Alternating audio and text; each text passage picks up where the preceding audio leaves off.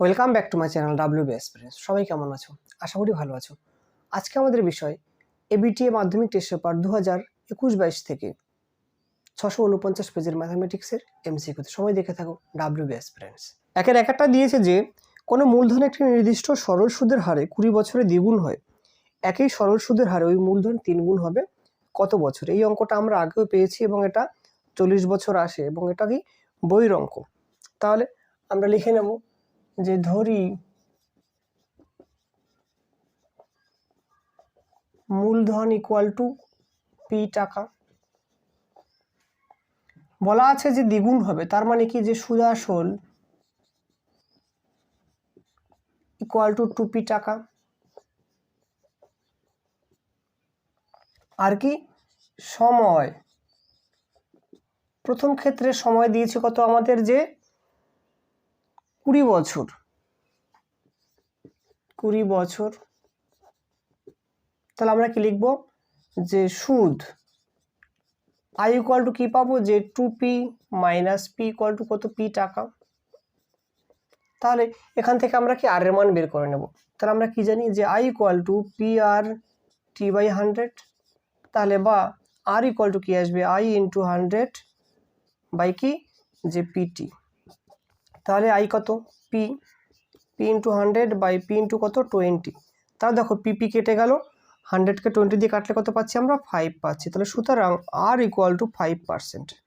এবার আমাদেরকে বলা আছে কি যে কত বছরে 3 গুণ হবে। তাহলে কি লিখব যে 3 গুণ হলে সুদ আসল কি আসবে, 3p টাকা। তাহলে মোট সুদ আই ইকুয়াল টু কি আসবে, যে 3p minus P equal to কি 2p টাকা।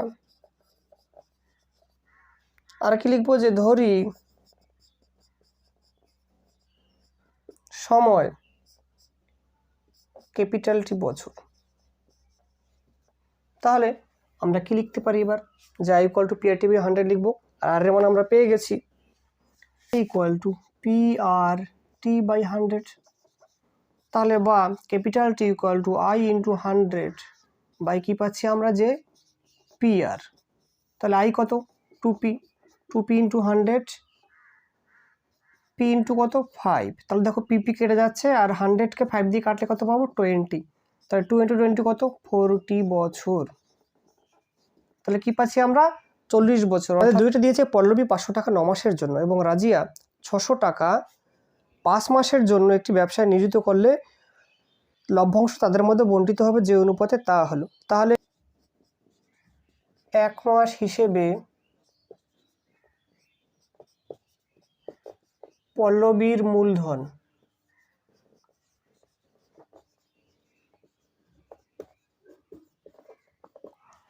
কি দিয়েছে আমাদেরকে, যে 500 টাকা 9 মাসের জন্য। তাহলে কত, 500 ইন্টু 9, এত টাকা ইকুয়াল টু কত পাচ্ছি আমরা, যে 4500 টাকা। যে 1 মাস হিসেবে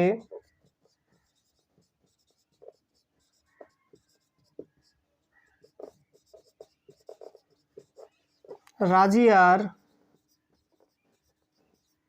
মূলধন কি, রাজিয়ার 600 টাকা খেটেছে 5 মাসের জন্য। তাহলে 600 ইন্টু 5 টাকা, তাহলে কি পাচ্ছি, যে 3000 টাকা। তাহলে কি লিখবো, যে পল্লবী ও রাজিয়ার মূলধনের অনুপাত, রাজিয়ার মূলধনের অনুপাত ইকুয়াল টু কি পাচ্ছি আমরা, যে 4500 ইস্টু কত, 3000। তাহলে দেখো আমাদের দুটো জিরো চলে গেলে কি থাকে, যে 45:30। তাহলে এটাকে আমরা কি 15 দিয়ে কাটলে করতে পারবো, যে 3:2। আমরা কি জানি যে মূলধনের অনুপাতেই কি লভ্যাংশ বণ্টিত করা হয়। তাহলে আমাদের উত্তর কি আসবে, যে 3:2, অর্থাৎ অপশন এ পাচ্ছি আমরা। আমাদের তিনটা দিয়েছে যে x² - 7x + 3 = 0। এই দ্বিঘাত সমীকরণের বীজদ্বয়ের গুণফল নির্ণয় করতে দেওয়া হয়েছে। তাহলে আমরা কি লিখব, যে বীজদ্বয়ের গুণফল আমরা বীজদ্বয়ের গুণফল কি জানি যে c/a হয়, তাহলে কত হবে 3/1 ইকুয়াল টু কত 3। তাহলে আমরা সঠিক অপশন কি পাচ্ছি যে অপশন সি। আমাদের চারটা দিয়েছে যে পি কেন্দ্রীয় এবং কিউ কেন্দ্রীয় বৃত্তের ব্যাস যথাক্রমে এক্স ও 3x, বৃত্ত দুটি পরস্পরকে বহিঃস্পর্শ করলে পিকিউ এর দৈর্ঘ্য নির্ণয় করো। তাহলে আমরা লিখে নেব, ধরি পি কেন্দ্রীয় বৃত্তের ব্যাসার্ধ r1 ইকুয়াল টু কি, যেহেতু ব্যাস বলেছে আমাদের x, তাহলে ব্যাসার্ধ আসবে কি যে x/2 একক।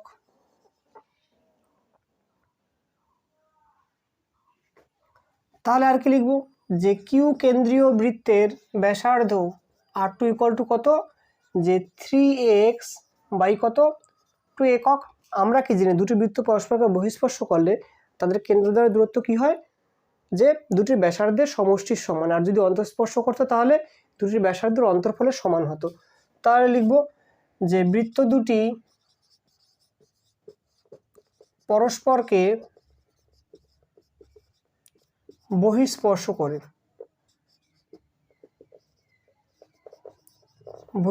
করে, সুতরাং পি কিউ ইকুয়াল টু কি যে r1 প্লাস r2। তাহলে কি লিখতে পারি আমরা যে x/2 প্লাস 3x/2। তাহলে আমাদের লসাগু কত পাচ্ছি 2, তাহলে কি পাচ্ছি x প্লাস 3x, তাহলে কি পাচ্ছি যে 4x/2, কেটে দিলে কত হচ্ছে আমাদের যে 2x। তাহলে আমাদের সঠিক অপশন কি বি। কিন্তু আমাদের বইয়ে যে উত্তর দেওয়া আছে সেক্ষেত্রে অপশন ডি আছে। একমাত্র তখনই সম্ভব যখন ব্যাসার্ধ x, প্রথমটির ব্যাসার্ধ x আর দ্বিতীয়টির ব্যাসার্ধ 3x, তাহলে 4x সম্ভব।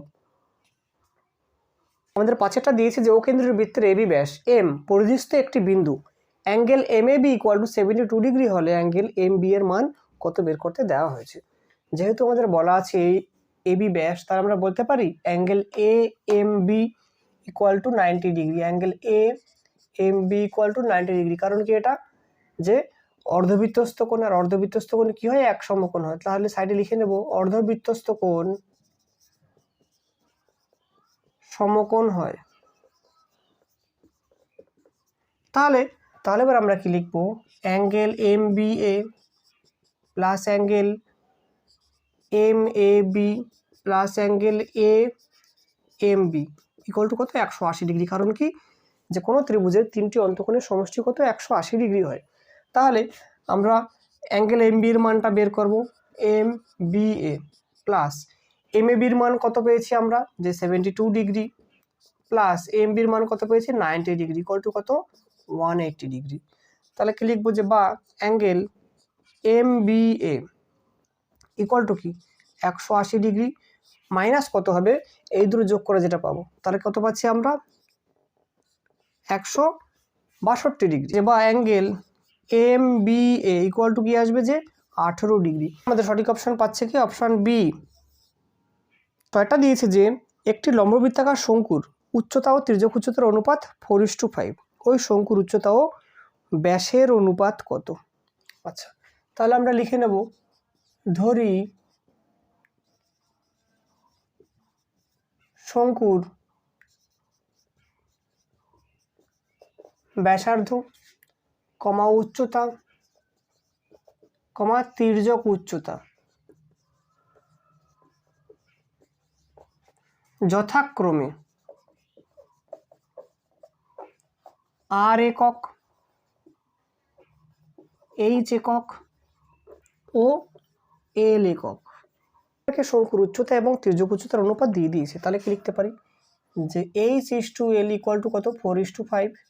তাহলে কি লিখবো যে বা h/l ইকুয়াল টু কি পাচ্ছি যে আমরা 4/5।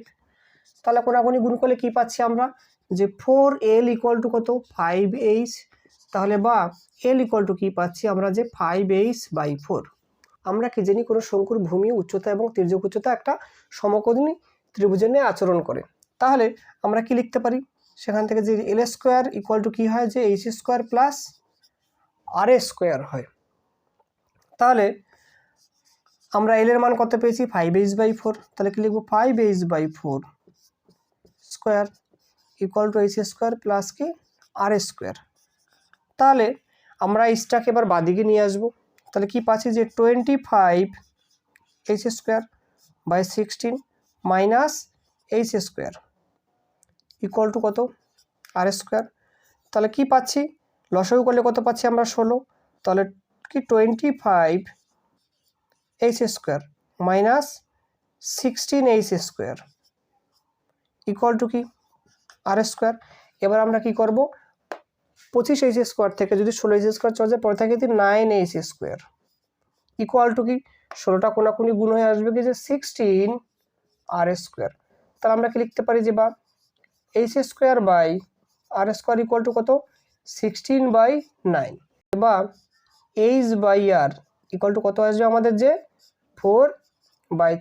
তাহলে বা যে 4r ইকুয়াল টু কত 3h, তাহলে বা r ইকুয়াল টু কত 3h/।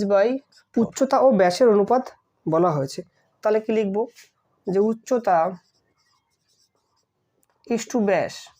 আমাদের উচ্চতা আছে কত h, আর ব্যাসার্ধ কি হবে 3h/4, আর ব্যাস কি হবে তাহলে ব্যাসার্ধের সাথে 2 গুণ করলে আমরা কি ব্যাস পেয়ে যাব। তাহলে কি যে 3h/4 ইন্টু কত 2, তাহলে 2 দিয়ে কেটে দিলে কত পাবে এটা 2 আসবে। তাহলে পাচ্ছি যে আমরা h ইস টু 3h/2 কোনাকুনি গুণ করলে কি 2h ইস টু 3h, তাহলে h চলে গেলে কি থাকে যে আমাদের যে 2:3 পড়ে থাকে। সঠিক অপশান কি আসবে যে অপশান ডি